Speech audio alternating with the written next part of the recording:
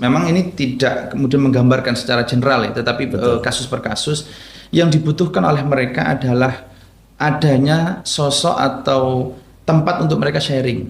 Itu yang mungkin sedang banyak dibutuhkan. Di beberapa kampus memang nampaknya sudah menyediakan itu sebenarnya, Gus.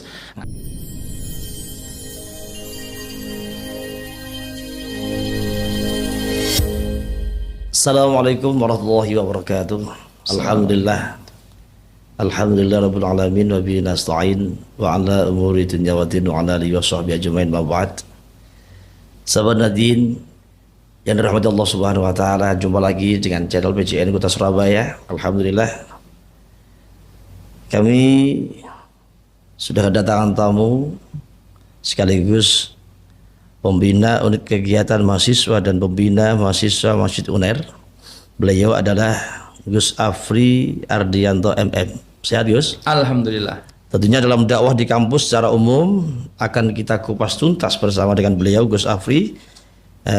Dan mudah-mudahan sahabat dakwah dan juga sekaligus sahabat Nahdien yang dirahmati Allah Subhanahu wa taala. Oleh karena itu kami bersama dengan Gus Afri akan mencoba bagaimana pola-pola dan juga konsep dakwah di kampus secara umum, atau bahkan metode apapun yang nanti disampaikan, insya Allah akan bisa memberikan sebuah buah terbaik kita umumnya untuk para kaum muda dalam dakwah di perkampusan. Bisa dikupas Gus untuk Gus Afri, semoga bisa dijelaskan bagaimana pola dalam konsep dakwah di kampus secara umum. Monggo, Gus. Baik, matur nuwun Gus. Bismillahirrahmanirrahim. Assalamualaikum warahmatullahi wabarakatuh. Waalaikumsalam warahmatullahi Bismillah, wabarakatuh. alhamdulillah, wassalatu wassalam ala Rasulillah Sayyidina Muhammadin wa ala alihi wasahbihi wa mawalah wa man tabi'a sunnatah, amma ba'du. Alhamdulillah, matur nuwun Gus Rahim atas kesempatan malam hari ini di malam Ramadan ini kita bisa sharing. Ini ngobrol mawon agar lebih santai gitu. Yeah. Oke, jadi tadi seperti yang disampaikan oleh Gus Rahim bahwa sebenarnya kalau berbicara tentang mahasiswa di dunia kampus, sebenarnya banyak case, banyak sekali case. Cuma mungkin yang menjadi sorotan kita akhir-akhir ini 3 tadi yang jenengan sebutkan. Pertama adalah kesehatan mental. Ya, kita mendengar Gus beberapa waktu terakhir, kalau kita coba lihat di media sosial atau di kabar-kabar berita dan lain sebagainya, ada case mahasiswa kemudian mengakhiri hidupnya sampai se ekstrim itu ya. Ketika kita telisik itu di kampus, memang mungkin ada yang case-nya karena masalah akademik. Biasanya kita lihat baca berita depresi, putus asa karena skripsi tidak selesai, kata Gus. Ada yang case memang case sesulit itu ya. Sesulit itu. Insyaallah. Kemudian yang kedua case latar belakang keluarga, tuntutan keluarga dan lain sebagainya. Kemudian yang kedua adalah case pinjol.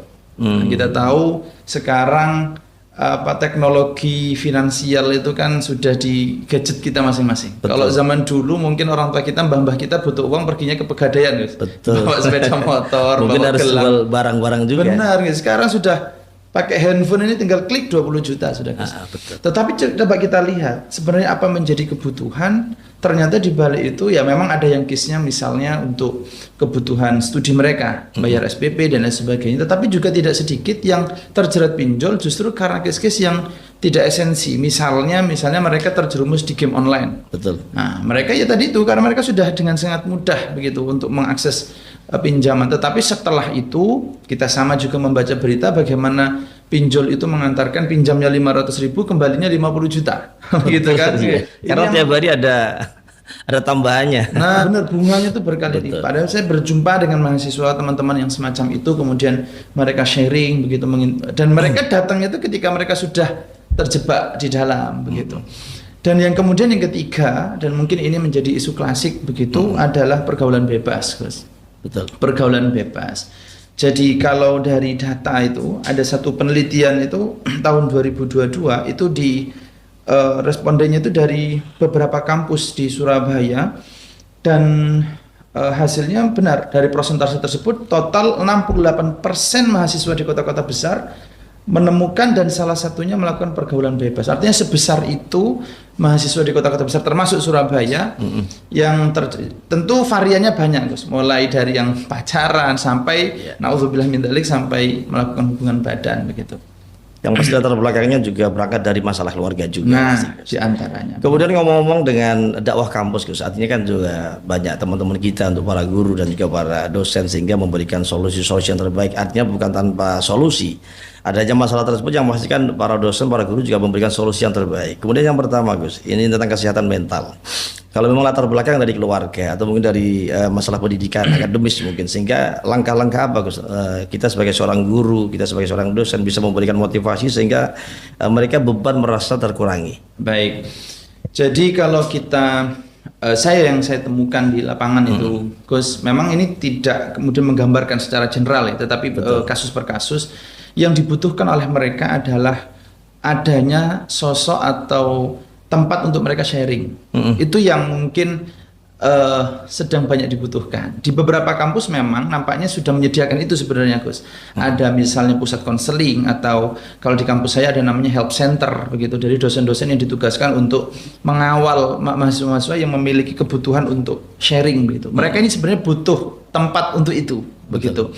Yang kedua adalah kita melihat, Gus, pasca COVID-19 itu WHO sendiri itu menyampaikan berita bahwa case yang cukup krisis, yang cukup darurat di tengah masyarakat kita adalah justru kesehatan mental. Karena mungkin sebelum COVID kita ini biasa ketemu, biasa kumpul, setelah kemudian dikarantina harus mandiri. Nah, itu sedikit banyak berpengaruh sehingga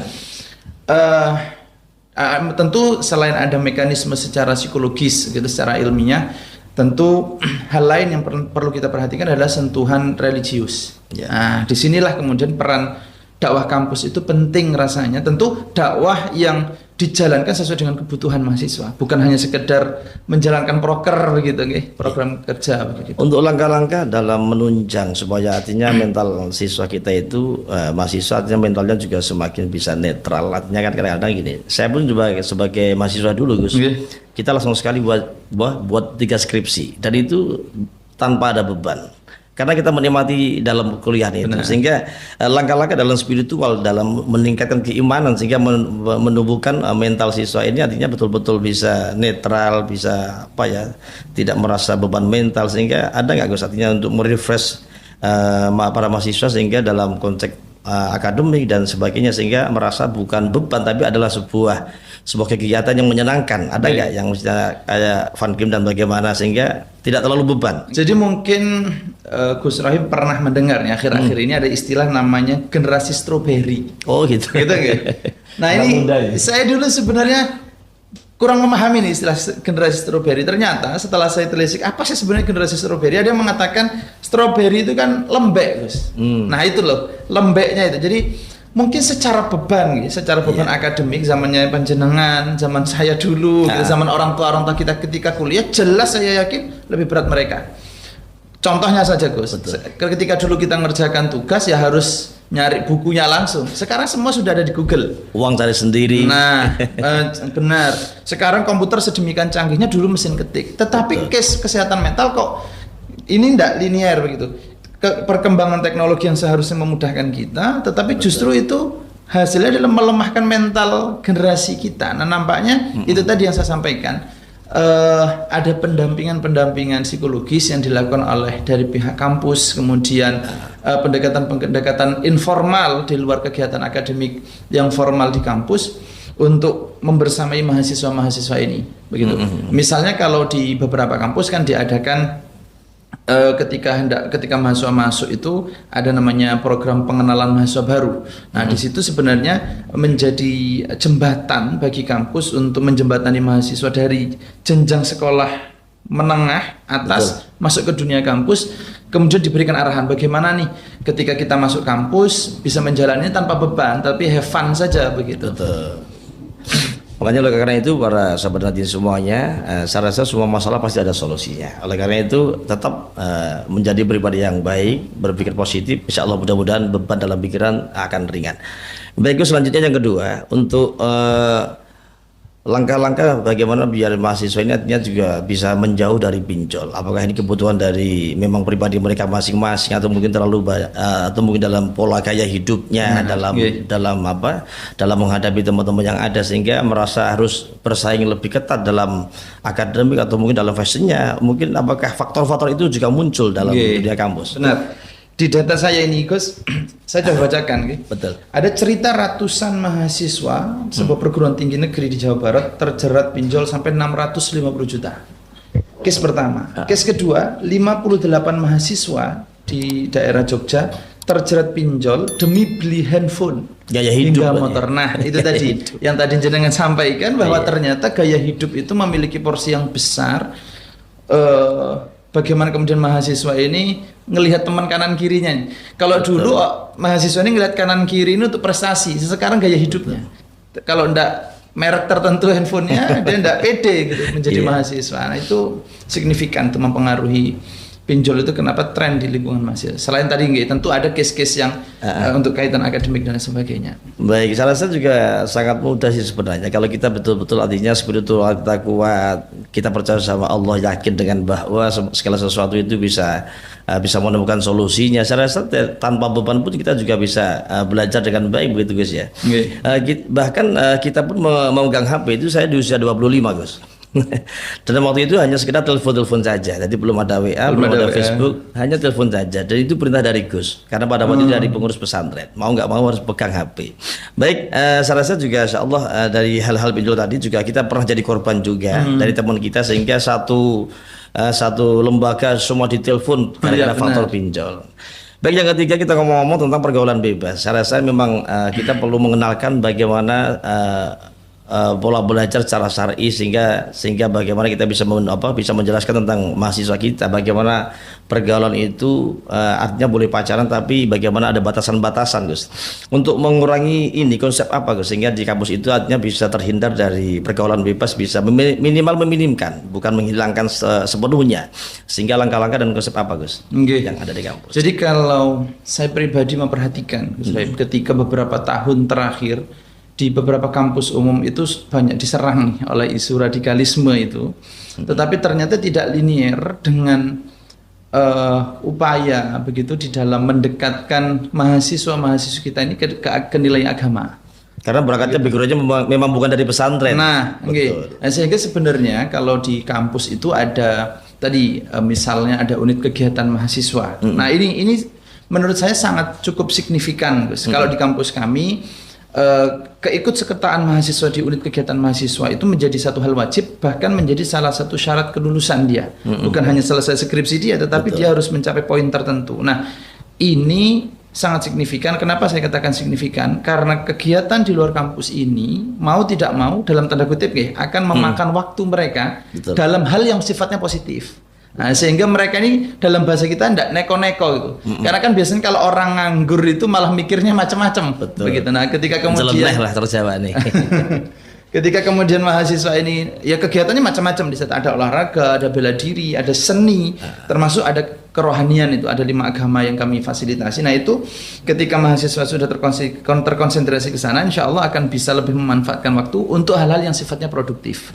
Begitu nih. Kira-kira pernah nggak Gus artinya dalam hal pergaulan bebas ini artinya di kampus itu artinya ada gerakan-gerakan yang artinya perlu kita sikapi sehingga dalam konteks bukan hanya sekedar spiritual saja, bukan hanya sekedar tugas saja, tetapi dalam konteks pengawal, katakan misalnya dalam satu kampus itu dalam satu ruangan kita ada 100 anak, katakan mungkin dari guru itu ada 20 pegang anak didik sehingga bisa lebih terkontrol. Ada nggak konsep begini? Mungkin itulah bedanya Gus antara siswa dan mahasiswa. Nah, kalau mungkin kita melakukan pengontrolan di siswa yang maksudnya dalam tanda kutip manut begitu ya, dalam terlokalisir begitu masih memungkinkan. Nah, sedangkan case mahasiswa ini bayangkan kalau di kampus kami itu total mahasiswa aktifnya antara 32 sampai 36.000. Yang mereka ini tinggalnya menyebar. Betul. Nah, kemudian untuk jam kuliahnya tidak pasti, berbeda.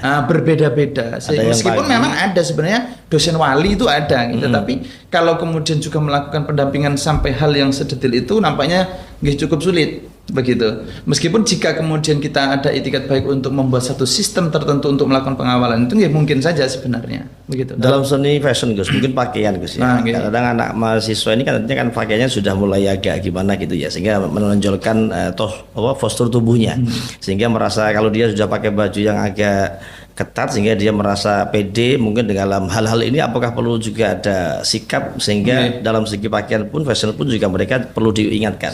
Kalau di kampus itu sebenarnya sudah ada aturan, ada ya? Tata tertib, etika berpakaian, misalnya ketika masuk ke fakultas atau ruang-ruang akademik itu ada aturannya. Ada pakai, memang mungkin ya di beberapa kampus negeri khususnya yang cukup ketat dalam hal ini. Misalnya etika kalau perempuan bajunya harus seperti apa, laki-laki harus bercelana, tidak boleh pakai kaos oblong, dan lain sebagainya. Itu sudah cukup sebenarnya menjadi pagar rambu-rambu untuk mahasiswa di dalam berpakaian. Tetapi sekali lagi Gus, sekarang kan case-nya ini bukan hanya pergaulan, itu bukan hanya yang sifatnya ini perjumpaan langsung. Sekarang sekali lagi kembali ke device itu menjadi fasilitas yang cukup menakutkan buat mahasiswa. Secara umumnya mungkin cari pacar online ya. Nah, seperti itu. Iya.